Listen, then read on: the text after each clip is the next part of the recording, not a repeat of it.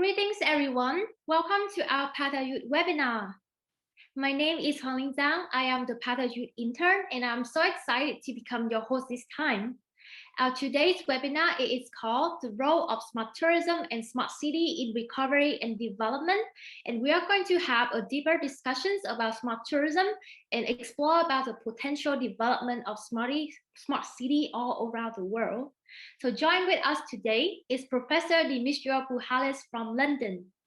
Professor Dimitrios is a strategic management and marketing expert with specializations in informations, communications, technology applications in the tourism, travel, hospitality, and leisure industry. Professor Bouhalis has written and co-edited more than 20 books, along with 250 scientific articles. Such impressive number, isn't it? He is also the director of the e-Tourism Lab and deputy director of the International Center for Tourism and Hospitality Research at Bournemouth University Business School in London, England. His research and contribution mainly focus on innovations, entrepreneurship, and destinations ecosystem management. So thank you so much for joining with us today. We are very welcome. Okay, please feel free to turn on your camera and unmute yourself and say a few words to the audiences.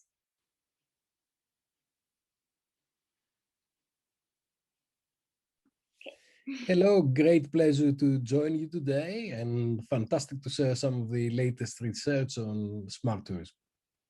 We are so excited, right?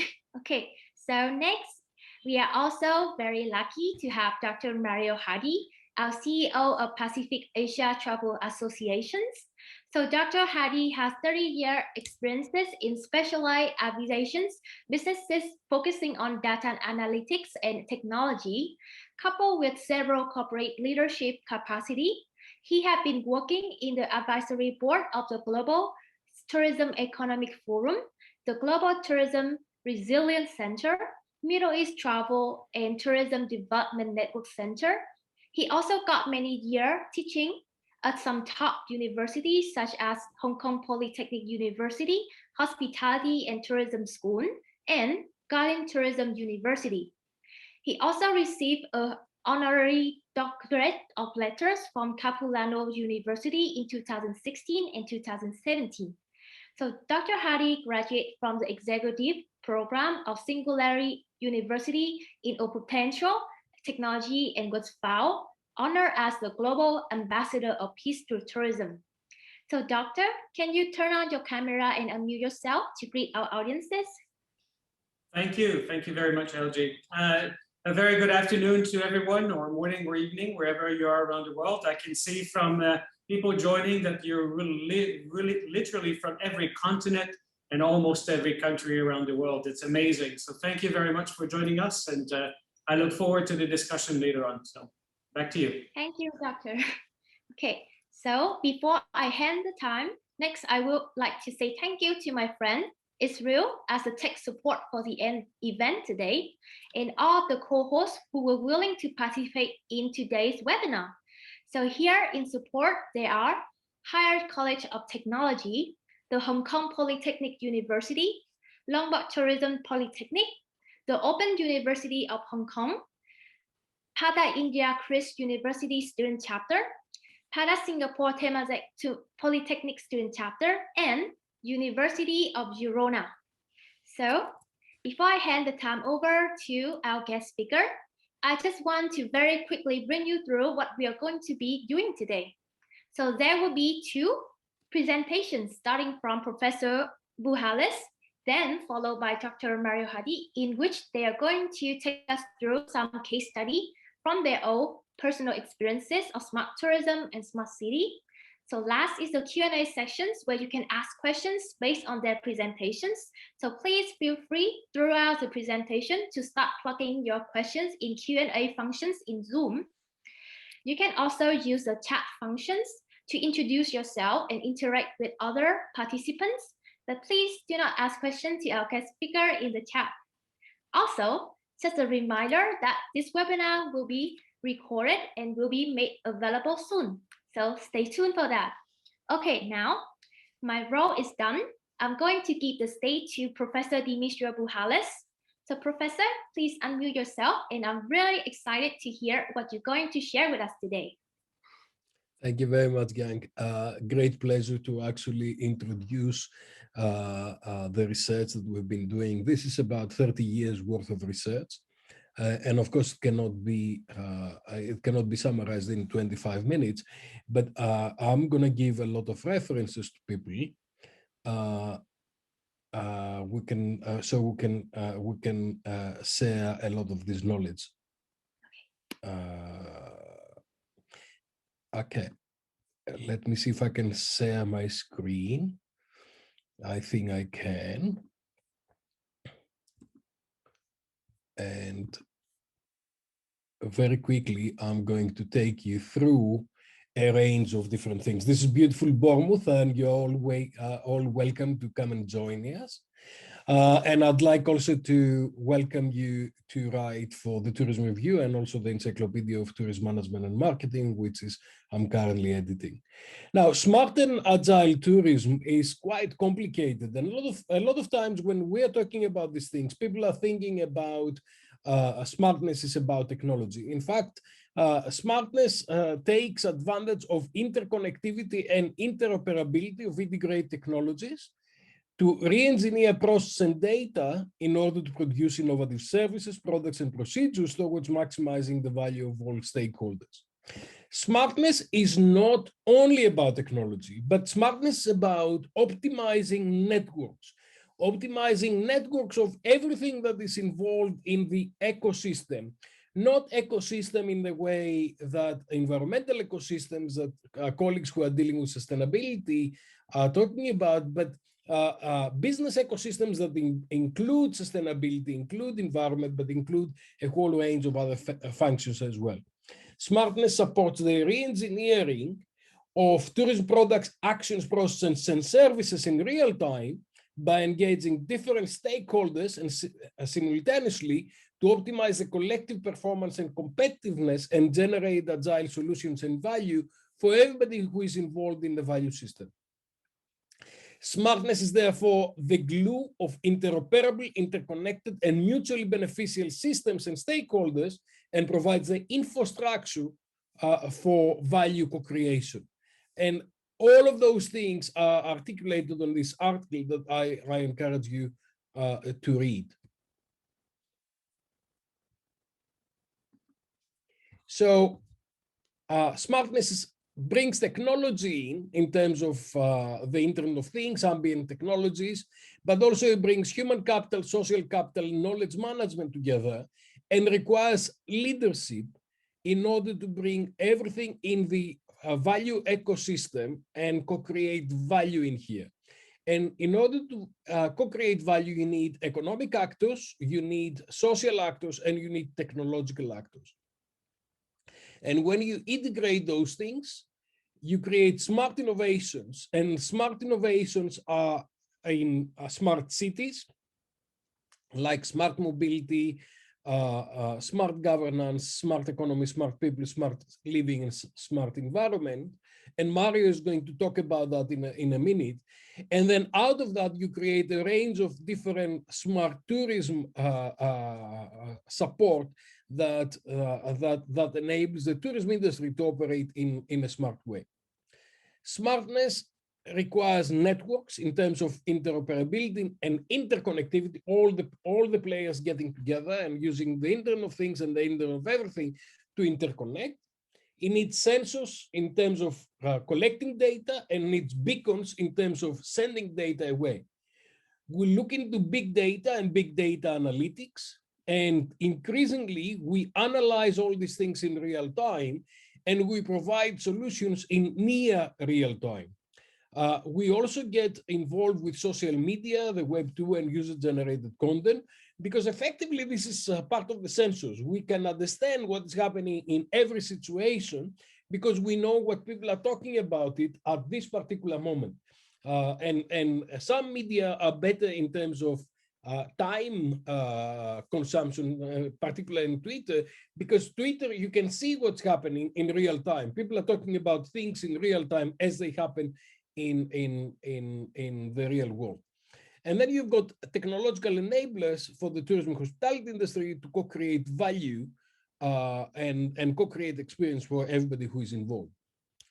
When you analyze the new technologies, you look into what kind of innovations they create and how those innovations can come in the marketplace. And the marketplace is where supply side and the consumer side are mixing together.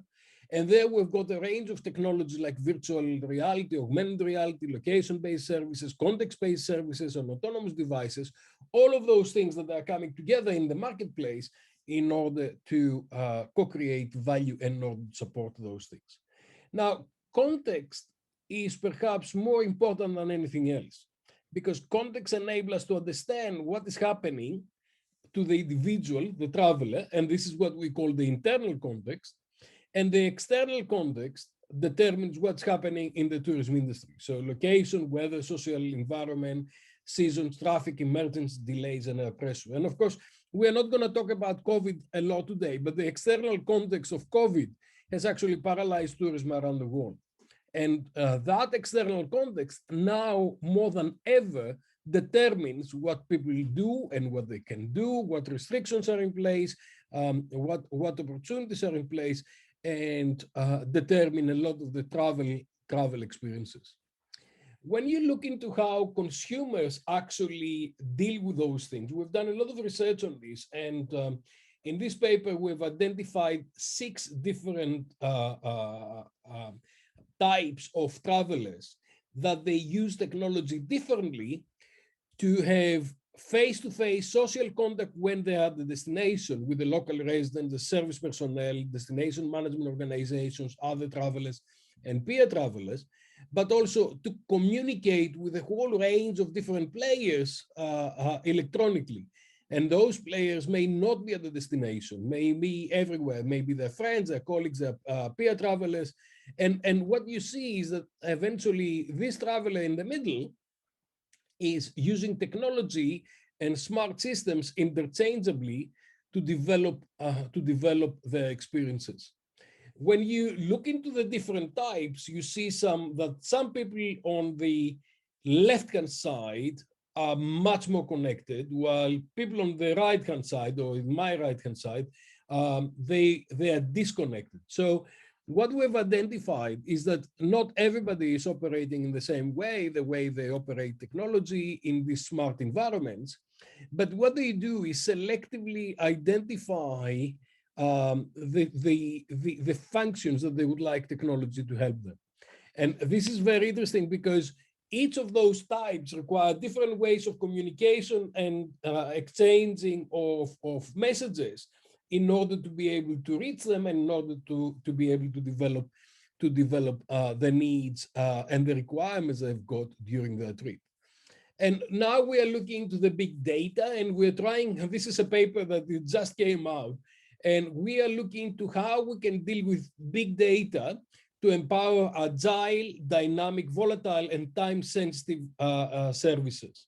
And we are looking to how we can analyze the data, where the data is coming from, and how the data can be analyzed in order to be used by artificial intelligence to actually make decisions.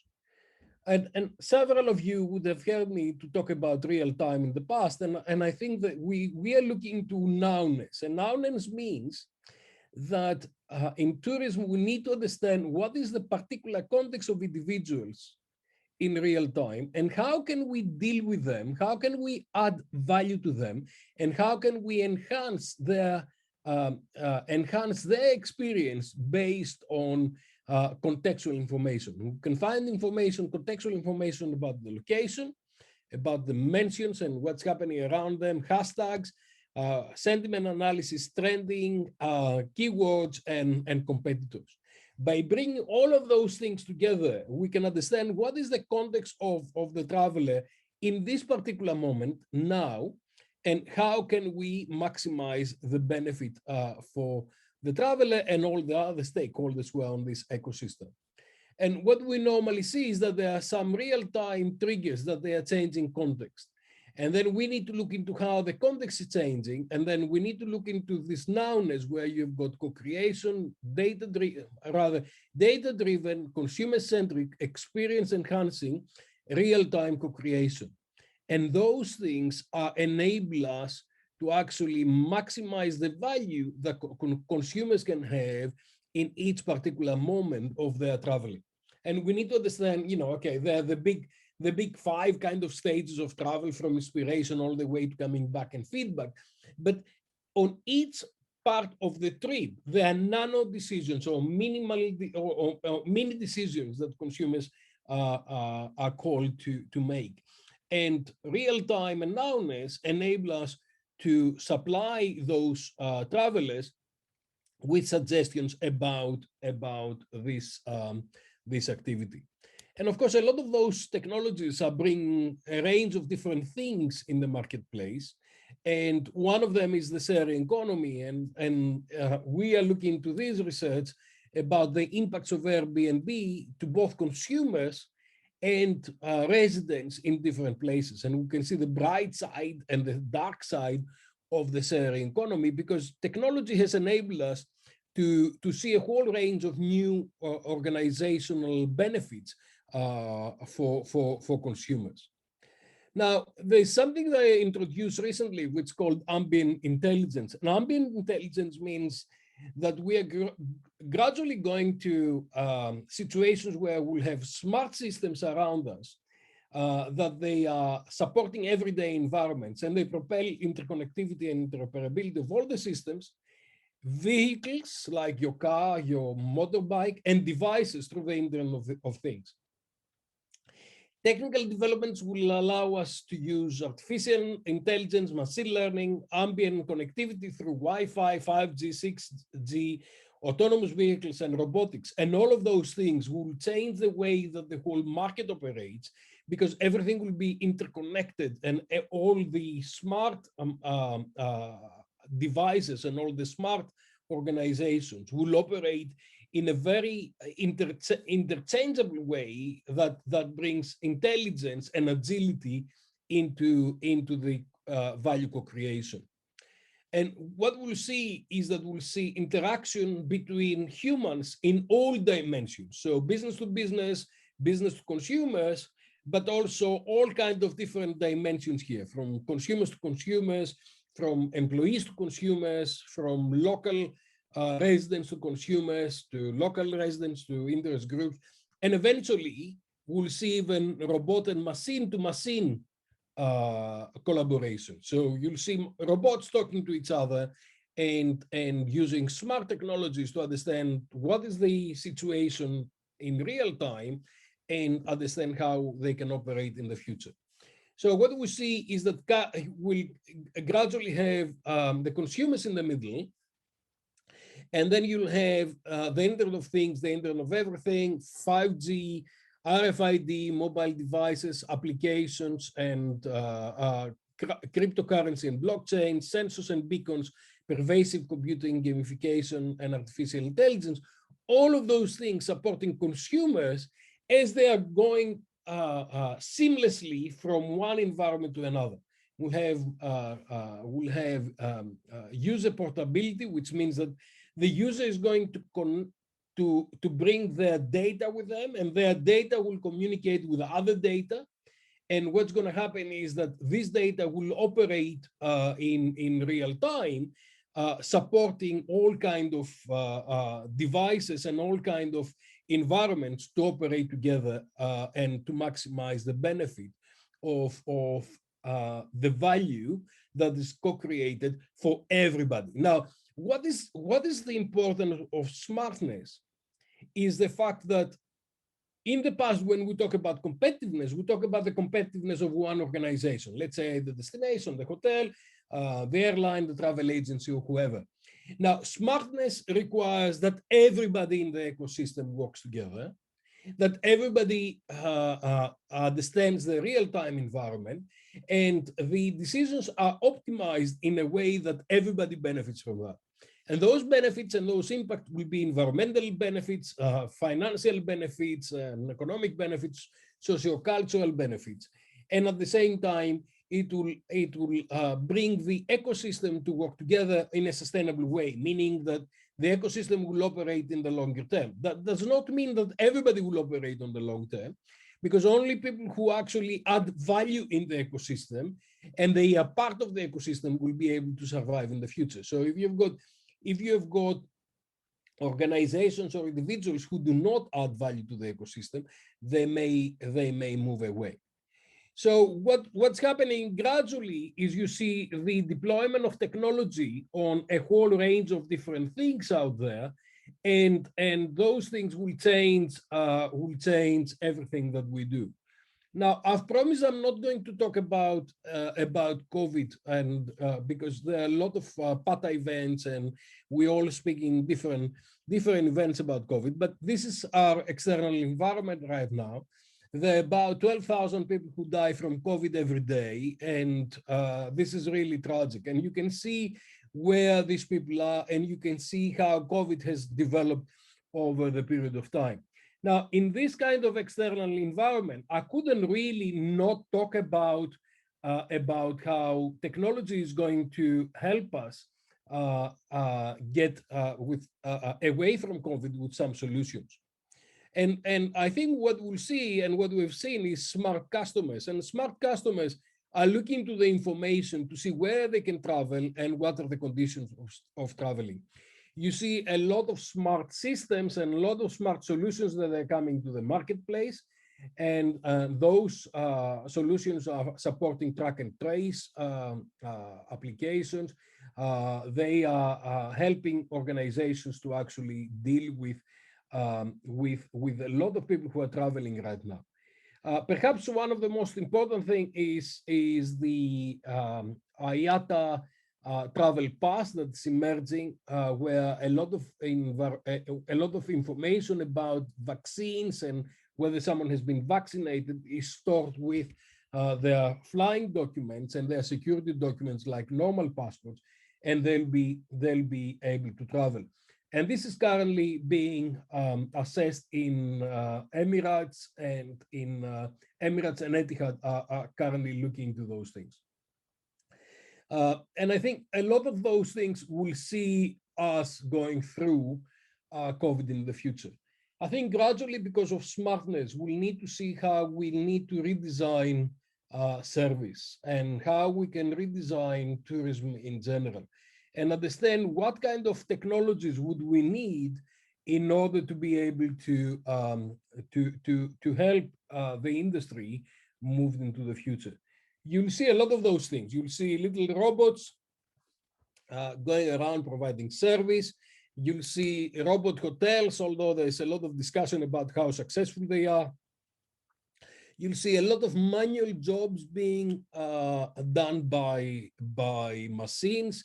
And a lot of people are thinking, oh my God, what's going to happen with my job? Am I going to be able to survive it? But equally, I don't know a lot of people who really enjoy carrying suitcases for other people. I think it's an opportunity to actually look into what we do in tourism and improve the quality of life for people around. We'll see a lot of robotics coming into preparation of food and manual kind of work. And we'll see some kind of, okay, this is a little bit funny if you like, but we'll see opportunities for different kind of service design. Now, for the time being, those people who are using this kind of services, they use that as part of their marketing, because people are going to restaurants to kind of experience that kind of robots and what's happening. But we'll see a lot of robots doing work that people don't want to do. I don't know if anybody who would like to wait at 4 o'clock in the morning to do room service to someone in the morning. And we'll see a lot of deliveries around. We'll see a lot of interesting things. But perhaps more importantly, I think what I'm really excited now, and this is what a lot of my research is start looking at, is two things. One is autonomous devices, where the device is taking care of the transportation element, and then individuals start looking to the experiencing. So if the car can drive itself, how are you going to be able to experience the destination when you're there? And a lot of issues are coming into what we call gamification. This is my book that is about to come out any day now. And what you see is that a lot of people will use their mobile phones as guides, and they'll use their mobile phones and smartphones as a way to interact with the environment, using a range of different opportunities that they're coming out, and more importantly, personalize the things that they're doing. Now, when I'm talking about these things, quite often people are thinking that this is something that's going to happen in the future. And this is last year, the last time I was in Hangzhou in China, at the New Century Grand Hotel. This little fellow here was following me everywhere, and he was taking things around, and he ended up being my friend, and we were talking and we're having a little bit of fun. Thank you very much. This some of the publications I mentioned about. Obviously, in 25 minutes, I cannot give you all the things we've been doing for the last 30 years, but have a look on those publications and enjoy, and we'll have the opportunity to discuss later on. Let me stop here and hear Mario, and then answer your questions. Thank you. Okay, thank you so much for your amazing presentations.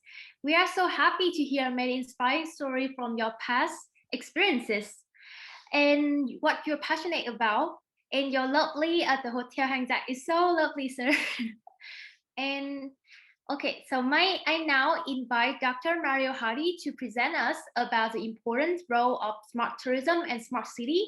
What do you understand about this concept, and how the world is going to adapt with modern technology and new lifestyle? Doctor, please unmute yourself, and we would like to hear your thoughts. Thank you.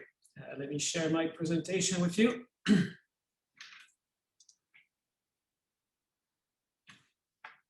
Good.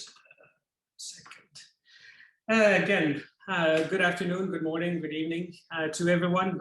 As I mentioned earlier, I see there are people from all over the world joining us, and thank you very much for being with us today. I'm going to do something a little bit different. Professor Boualis and I are used to be on stage together quite often in the past, pre-COVID-19. So we kind of know each other, our presentation styles and content. But I'm really pleased that actually he covered the how of smart cities by going to all the different technologies that are actually working behind the scene to make our life better moving forward in cities. But I'd like to share with you the why. Sorry, my screen just froze. There you go. I'm going to cover something Professor Boualis already covered a little bit at the beginning. So the definition of smart tourism.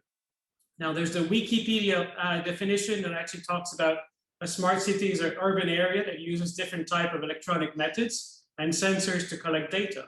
Insights gained from data that are used to manage assets, resources, and services efficiently. In return, that data is used to improve the operations across the city. Then there's the McKinsey definition. Smart cities put data and digital technology to work to make better decisions and improve the quality of life, which is an aspect that actually Professor Boualis actually covered. But here's my definition. A smart city is a more livable city. And I think this is really important because cities are actually designed for people. They're designed for the residents first. And they should be designed for the residents first. But when we think about the future, by 2050, it's projected that more than 2/3 of the world population will live in urban areas. That's 7 billion people.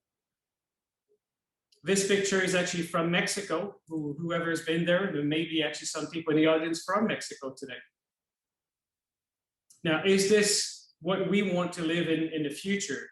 Or do we want a different type of lifestyle? And to me, a livable city is a city that is, as I mentioned, it is designed for the people who live in it, the residents, the permanent residents.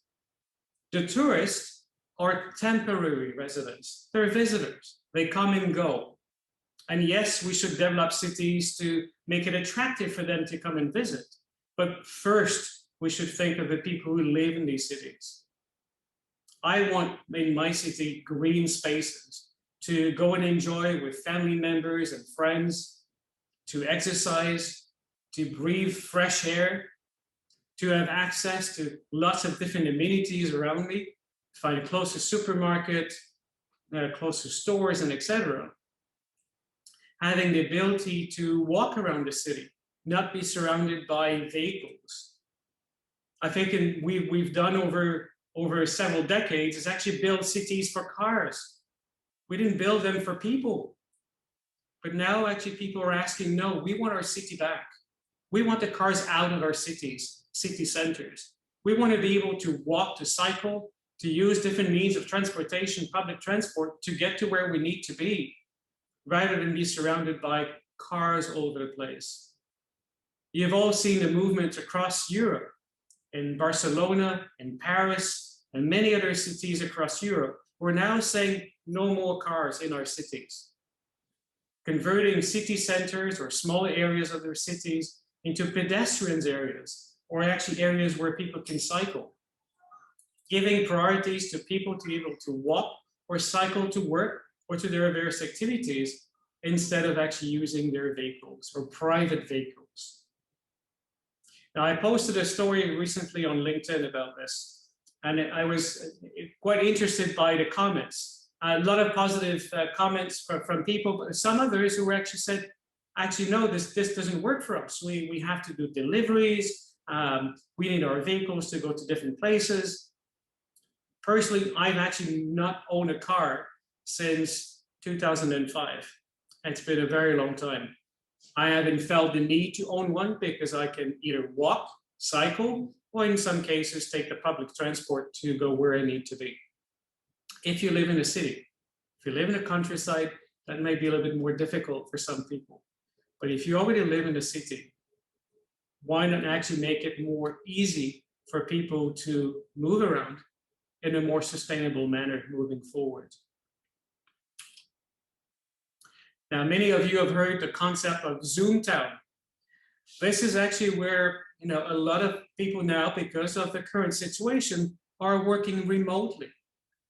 And many businesses around the world, large businesses, have actually said, well, even post-COVID-19, we don't actually plan to go back to the office.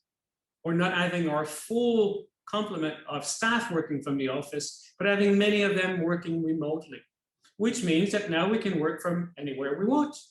We don't have to be in the city where we were born or where we live. We can go and live on a beach somewhere, in a mountain somewhere, or we can live in our city but enjoy the beautiful outdoor and work in a park, work in a garden at home, or in different places.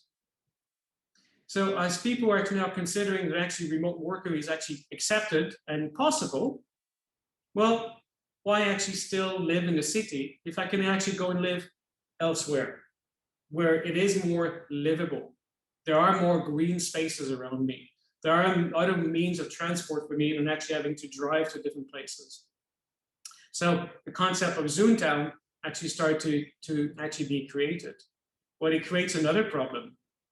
So that's all really beautiful, but all these infrastructure that we build in the cities, these high-rise towers and offices and etc., now may actually end up being empty.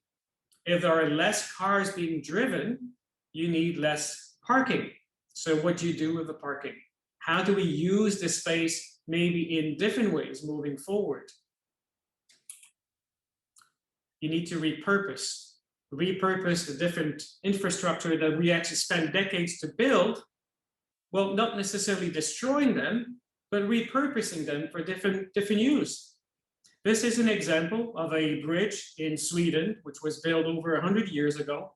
The city council was planning to take it down and replace it with another modern bridge. Citizens within the city actually said, no, actually, let's keep it and let's transform it into a residence. You can see on the left-hand side for me, the screen, we're actually under the bridge. Those are condominiums, apartments that actually were built where people can reside. On top of it, it became a walkway, a garden. There are coffee shops and restaurants on top of it. So repurposing something that was already built rather than actually destroying it and not being able to recycle most of the material anyway. Or if you're in the city, Why not use the building and convert them into vertical gardens, where you actually grow food locally in your city, and you don't have to, the food or the vegetables don't have to travel for long distances and creating more CO2 emission. They're actually produced locally for you. They're fresher, and also less emissions in terms of transportation.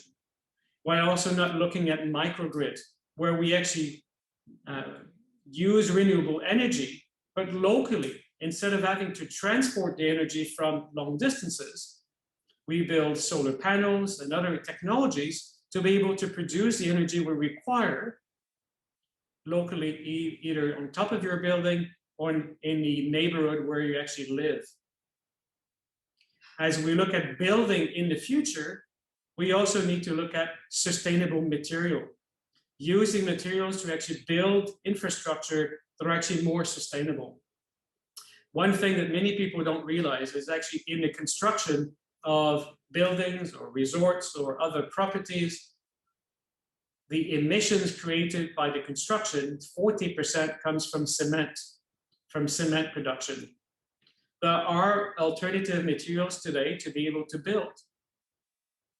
I've seen 3D printed houses made of clay.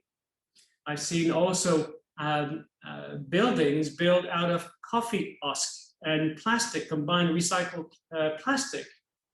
There are plenty of other materials that can be used that can either be recycled to build in the future or build with materials that are less damaging for the planet and for the environment. Now let's talk about tourism, because that is the purpose of why we're here today. Now, many of the things I just talked to you about, as I mentioned, cities are and should be built for initially their primary residents. But also, we want to make them enjoyable for people who do visit the cities. And many of the technologies that Professor Guelis mentioned, they all happen in the background. As a tourist, you may not be conscious what is happening with all these technologies, but they're required. The big data, the massive amount of data that actually are gathered or should be gathered, are required to understand the infrastructure required of the future. So for example, in the city of London, there are now kilometers, hundreds of kilometers, if not thousands, of actually cycling lanes across the city of London. There are thousands of people who cycle to work on a daily basis. Well, how did the city know where they need to build more cycling lanes moving forward? How many will be used, for example, and etc.? How do they maintain it? Or are there actually IoT devices, as Professor Guelis mentioned before, that actually tracks this information moving forward? Now, the same can be applied, and it is applied in different cities around the world for tourism. Where is the biggest concentration of tourists at certain times of the day, the week, or the month of the year? And how do we actually get them to move around to maybe other places? So I'd like to introduce you to Evie. Evie is the lady you see on the screen here on the two panels. One is on the display screen on the window of the shop, and the other one actually on a little kiosk here near the pier. Now, Evie is an artificial intelligence, and she's been built with a human face and a human look and then human interactions. When you address Evie, and you address her by name, she will actually follow. If you look to the right, if you look to the left, her eyes will move and she always looks you in the eye. But what's important is Evie is able to understand also your tone of voice, to understand how you feel. So she may ask you, so what do you feel of doing today? And say, well, I want to relax. And so she may come back and recommend you maybe a spa or different other activities you can do in a city that you actually visit. Now, Evie is also able to migrate with you as you move around from one city to another and carry all the knowledge she's learned from you on your past activities. So that as you actually go and visit one place versus another, she will be able to remember what you liked and the places you visit, and may make either a similar recommendation or ask you, do you want to do something different? And give you other list of recommendations. Now, these type of technologies are already available in different forms in different cities around the world, either in chatbots or other forms. Evie is still relatively new and only been implemented in Toronto and New York so far. but I prefer this because she has a human face and someone I can interact with, and also can feel how actually, what I really want to do during the day. But here's the most important part. To me, actually, Evie is interesting. As a user, as a traveler, I would certainly actually use the service to discover new places that I might not know about. However, the most important thing is the data that the system collects in the background. Because Evie, if Evie is actually used by, let's say, millions of people, the city will be able to also aggregate that information and understand when people visit New York, what do they really like to do? And their view might have been, well, they really like to go to shows. Actually, no, they seem to be liking more like street art. And see how maybe it changes through seasons, for example.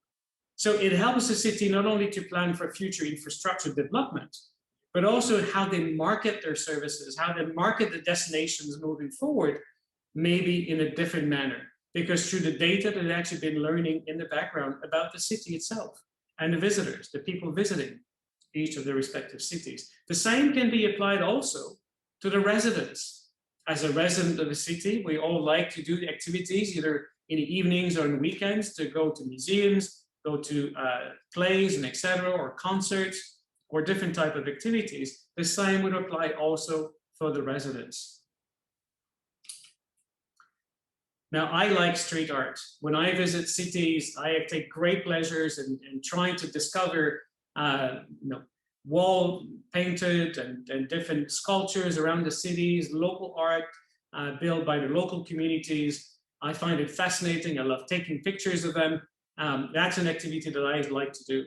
But it's also a way to, as you build your city, not only to make it more enjoyable for the residents, but also a way to maybe drive traffic from your tourists and maybe at different areas of the town that weren't so popular before. So if I think of Barcelona, for example, there was one area of Barcelona which many years ago was considered unsafe for tourists to walk around. The city transformed the area and allowed the locals to do street art. And also what happened as visitors started to adventure into that area, little cafes opened, restaurants started to open. Jobs were created where people were maybe doing illegal activities before.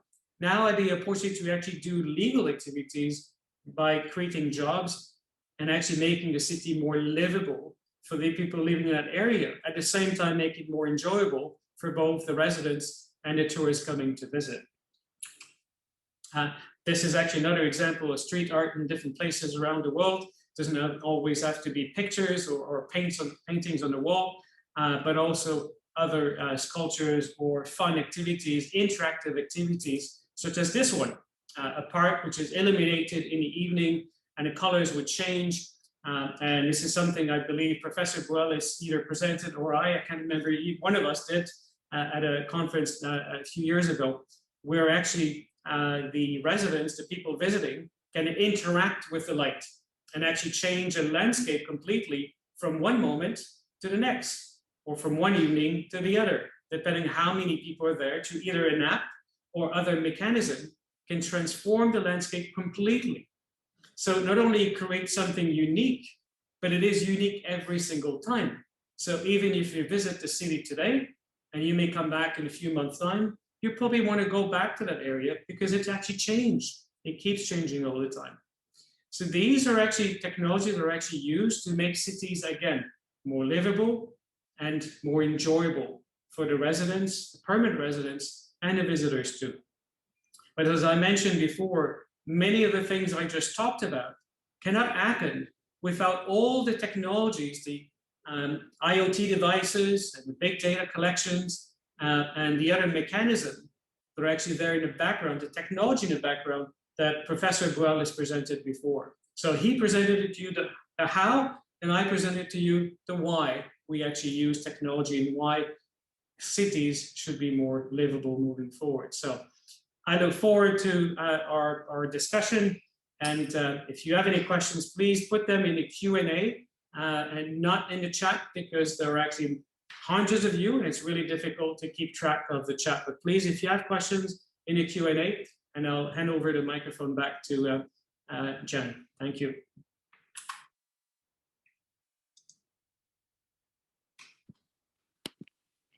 Thank you so much, Dr. Mario, for present us about the important role of smart tourism and smart city.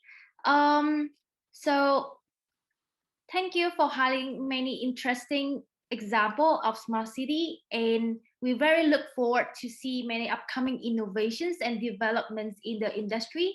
So honestly, there are so many things I want to ask you guys, but I will let the youth lead the conversations because they are very cool and interesting questions in the Q&A functions. So for the audiences joining us, so please write down your questions in Q&A functions down here. We are very excited to see your enthusiasm and engagement. One of the first questions that we have is directly to Professor Dimitrios. So the question is about, since there are many nations that have gotten used with the applications of smart city and easily get access daily, how can you help undeveloped and developing countries quickly approach with the latest technology so that everyone can access with the smart tourism and smart city? That's a very interesting question. I think there is an issue about digital divide, and the digital divide means that some people are using technology and they're much more advanced than others. However, what we see is that increasingly there are a lot of technological tools that they are actually free of charge.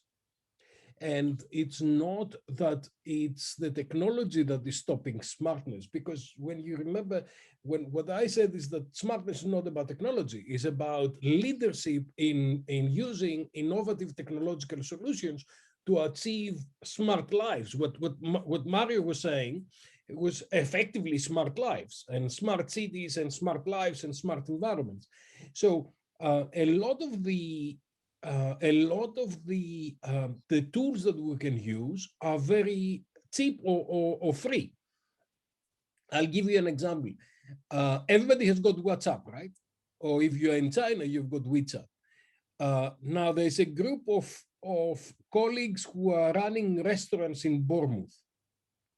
So they're about 300 restaurant owners or restaurant managers that they got together. They organized. One of the guys whose name is Andrew is a very innovative guy, and he created a group of people that he calls it the wonky table. And this kind of organization, which is a very informal organization, he started in one evening with his friends. Now there are 300 restaurants altogether. They are networked on WhatsApp. It's the smartest organization ever, because what happens is that any of the restaurant managers or owners that they find something that they need to use in order to manage their situation with COVID, because the restaurants in England for the time being are closed, they are sharing this information. So 300 people, influential people, that they support the economy in Bournemouth, but also they support about 4,000 to 5,000 employees plus their networks. They're just connected in one little free application, which is WhatsApp. So back to the question. We've got a lot of tools that are for free now. 10 years ago, they were not for free. So even destinations or places that they are not so technologically advanced, they've got so many tools. It's a matter of innovation. And I think we are looking especially to you as young guys, that they understand you're digital natives. Mario and I kind of learned technology as we are going along. I got my first mobile phone when I was 30 years old. A lot of the people who are actually following us now, they were born with a mobile phone attached to their hand. So we have got tools that we can use, and those tools will take us forward. Okay, thank you so much for your answer. It is very detailed and nicely presented. Another follow-up questions is for Dr. Hari, which is about informations and privacies by Maria Rona Rubrica. So her questions is related to jobs opportunity as well as threats. And since smart tourism implementations involve smart information sharing and smart management tools, so how can you make sure that all the user or tourist confidential informations are protected? And will that be affected to the future of jobs as well? Yes, yeah, there are several ways to answer this question. The first part is about data privacy. You know, when I talk about EV, for example, who's collecting information in background about what you like and etc., it is anonymized. So the city won't know who you are and what it is specifically you've done during that day. What they see is a heat map and aggregated information about what in general people would like, but not the individual, for example. So data privacy becomes a real issue when you go a little bit deeper than that and people are able to identify you as an individual and know your personal preferences. As many of us use search engines today or Facebook or other forms of social media communication, we do know that individual information is collected by these companies. And this is where a lot of the discussions and debate around privacy with the big tech is happening currently in different courts around the world. And how much are you willing to give? Now, we've all done it, let's be honest. I've signed up to new services frequently. I'm sure you do as well. You get asked a question, do you agree to the terms and conditions? I really like to know how many of you have actually read any of it. Most of us don't, because when you start clicking on it, you see there are actually hundreds of pages, which they probably do on purpose to discourage you to go and actually read every single line of it. We just want access to the service. So you do as always, you click on it and you move on with your life and share all your information that you've agreed to with all the service providers, but you get something in exchange. So there are a lot of discussions at the moment, which I'm sure Professor Buell is probably more familiar than I am, about companies who will eventually and soon in the future will pay you for your data. And there's a big, big movement in Europe and other places around the world where not only governments, but businesses are now actually starting to realize, well, if we want to continue to have access to this information, we will have to reward you. And reward you more than just giving you access to a product, but we reward you either financially or through tokens or through services and discounts and products and etc., that you can really benefit from it. So I do understand the privacy issue. I do support the movement where people who are sharing their information that are extremely valuable, where other businesses are making billions of dollars out of their data, should be compensated, should be rewarded for it.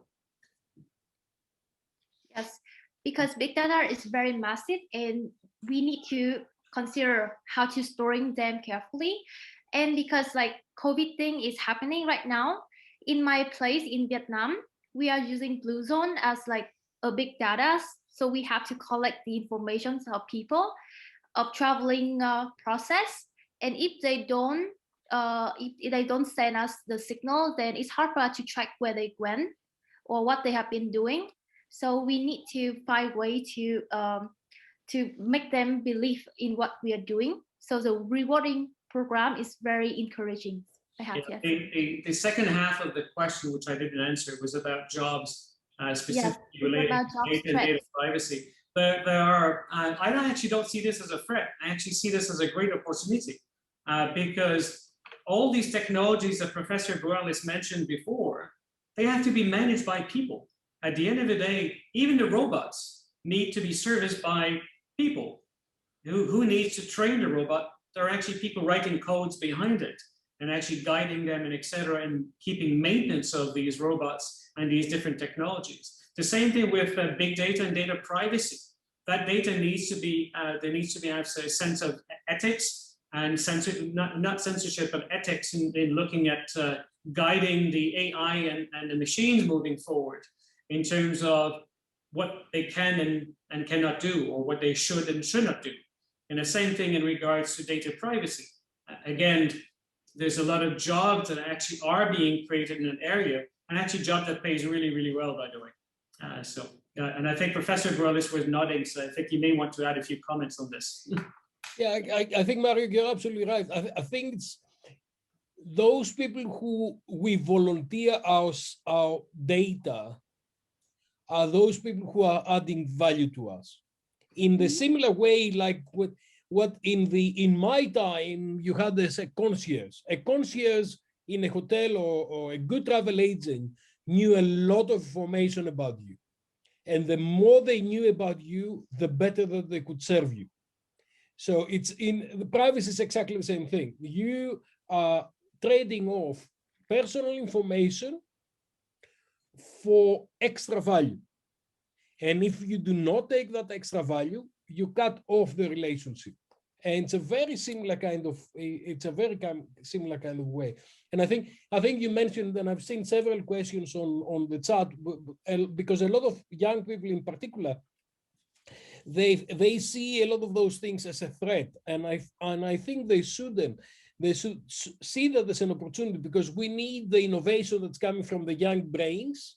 We need the new applications. We need the new technologies to actually create a smart living, because a lot of the information we had and a lot of the management practices we had in the past got us into situations where not sustainable, they were not interesting, they were not adding value to our life and not meaning to our life.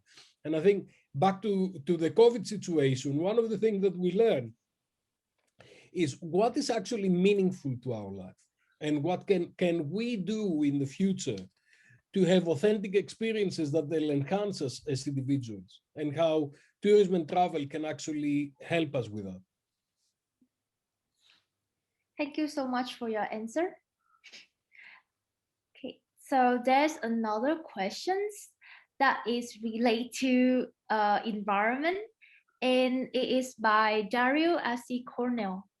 Her question, pardon me, they say that, what do you think that smart tourism will affect to our environment in general? And what are the most influential frequent developments and research result in smart tourism that affect to the sustainable abilities? This is a very complex question, and I really don't qualify to answer it, because you really need to be an environmentalist and you need to understand environmental engineering. And there are controversial issues here. One is, my answer would be that smart technologies can help understand where are the issues with the environment. What can we do to actually improve environmental protection through reducing carbon print, and by reducing and identifying areas where there are sensitive kind of environments. For example, in Greece, you've got a place where you've got the little careta turtles, right? The sea turtles. Now, if you know where those are, they're on one island and they're hatched in a particular time. So if you know these things, you can use technology to actually warn people and say, look, at this time, do not go to this place, or if you go to this place, do that. So what technology and smartness can do is can enforce us to operate in particular ways. It may be reduce the speed of cars, maybe. So that's why I said I don't qualify, because you need to be an environmental engineer to actually design these things. But technology is helping us in general reduce environmental pollution by better engines on planes and things like that. Having said that, one of the things that nobody is talking about is that, you know, all these server farms that we have got with all this technology is operating, they're incredibly polluting, because they're eating so much energy, electricity, and they're incredibly polluting. So it's a complex question. My answer would be that smartness will support environmental protection by raising the right kind of questions and and nagging us, that's the word, nagging us towards the right kind of behavior. And also by bringing new technologies that they reduce the carbon footprint. But other than that, I'll leave that to the experts to answer. Yeah, I could add maybe just a few words to what Professor Bourales just mentioned. I think over the next few years, what we're going to see is a lot of innovation specifically around renewable energy, for example, that actually powers not only our cities, but our industries in different areas, where it will make a significant difference. There's a big movement towards more localized productions of energy also, as opposed to having to transport it from long distances, and again, to have a more positive impact on the environment. The other aspect, which is something that I've got myself familiarized over the last few years due to other works that I do, is material science, which is something for me that I was completely unfamiliar with, let's say 5 years ago. But material science is where we use different kinds of materials to build infrastructure, as I mentioned before, as opposed to cement, which is extremely polluting, but using other materials that either recycled materials or other materials that traditionally we all used before, clay and etc., to build our houses or different infrastructure that are now added with different components to make them last longer and be more resistant to climate change and also the other environmental impact. Thank you so much for your very insightful sharing. It is greatly appreciated. So this is my last questions of the day. So it's about the tourist experiences. And I just want to ask that will now like the level of tourist experiences or the tourist satisfactions will be assessed based on how smart the destinations or the country is? What do you think about? I think it will be based on the value that's being co-created. You remember what I talked about typologies, the 6 types? Yeah, the some 6 people factors. would like the 6 types of travelers. Some people would like to arrive to a place, switch off their mobile phone, lock it in, and never touch it again. So they would like interactions to be human interactions face to face. It doesn't mean the technology is not on the background, because those human interactions may be informed by a lot of technological kind of layers that are on the background. But some other people like myself would like to go to a place and will go with 2 mobile phones and say, okay, here I am in Bangkok. What is the best experience I can have today? Where is the best street food I can have? Where can I watch tennis today? Or where do I see, some of the silk things that you do in Thailand, not the stuff that they're selling in the market, that's imported from wherever, but go to one of these places where one of these ladies was doing that for 40 years and sit down and do it with her, so do the silk thing. So it's about meaningful experiences. Technology is giving us, and smartness is giving us the opportunity to actually engage with the right people within the ecosystem and create meaningful and valuable experiences. Not everybody will be doing this. Not everybody will be doing it in the same way. But what we'll do is we'll move into a situation where everybody will kind of engage in this kind of meaningful experiences, and technology will help us to do that. Yeah, Thank you so much. the best, to me, the best technology is the one that you don't see, the one that is actually working in the background. So there's a tagline for a bank, and the bank I use in Singapore, which is called DBS: live more, bank less. Meaning you actually carry on with your life as on a day-to-day basis, but you never have to think about banking. You never have to think about going to and actually bank, because everything happens in the background seamlessly. That, to me, actually, that's smart tourism or smart cities. That's what it should be for me. That the city just happens by itself, it's livable, and tourism happens without me thinking about the technology I need in the background. But it delivers me value, as Professor Bourales mentioned. Let me give you an example on that, because I know that Mario is quite keen on running around different cities. Let's say that Mario arrives in a place and he would like to go riding, to to go riding on a bike or running around. Based on what kind of runner Mario is, can give him a very personalized kind of itinerary, and can ask Mario 2 or 3 questions, simple questions. How long do you have? I've got 1 hour and a half. Okay. And so the machine knows what is what's the temperature. It knows what the terrain is like. So it can create a personalized kind of itinerary for Mario. I like walking in cities, and I'm a keen photographer.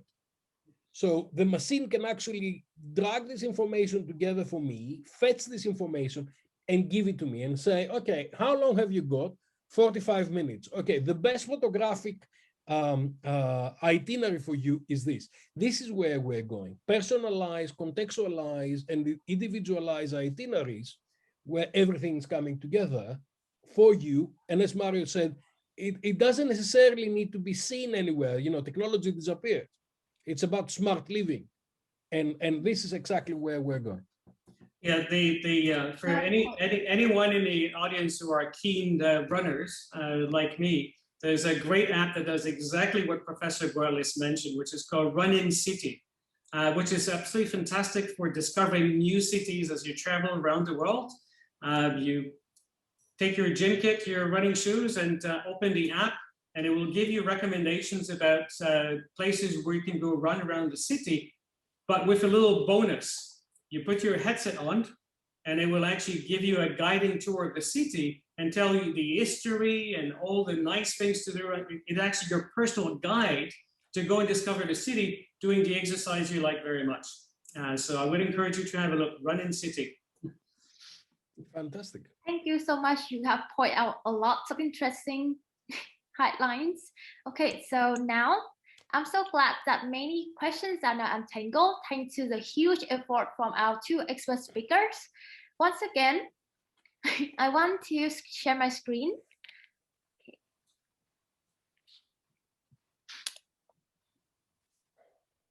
Okay. Can you guys see my screen? Yes. Okay, so remember, I want to remind everyone that this webinar will be uploaded so you can revise or rewatch it. We will publish on our YouTube channel, PADA TV, and for all the attendees, you guys will receive the certificate of participants from PADA Youth. So before we end the webinar, I do want to thank our tech support and co-host again for making this broadcast become a very successful event by PADA Youth. This webinar was supported by Higher College of Technology, the Hong Kong Polytechnic University, the Open University of Hong Kong, PADA India Christ University Student Chapter, PADA Singapore Temasek Polytechnic Student Chapter, and University of Girona. So thank you all for enjoying this webinar. I hope you enjoy these sessions and look forward to seeing you in our next webinar in March. I'm so sorry. I'm so really sorry for some who have given time to think of questions, but I could not get to all of them. So a question that have been frequently asked is how to become a PADA Youth member. So to join our youth community, you just need to go to pada.org/YouTube, then register. Then you will receive a list of 8 steps on how to kickstart your individual free membership of PADA Youth. The program is full of insightful webinars like this one, as well as mentoring and networking sessions for youth. So lastly, if you have any questions or want a copy of this webinar, please let us know at ytp@pada.org or go to www.pada.org/youth for more information about PADA newsletter or our upcoming webinars in the full calendar. So our PADA Youth team will also be here to support you. So thank you so much for your time today. Thank you, Professor Dimitrios and Dr. Mario Hadi. Thank you. Thank you for your time. Yes. Okay, goodbye, everyone, and enjoy your day. Bye. Lovely to see you. Bye-bye. Yeah, bye.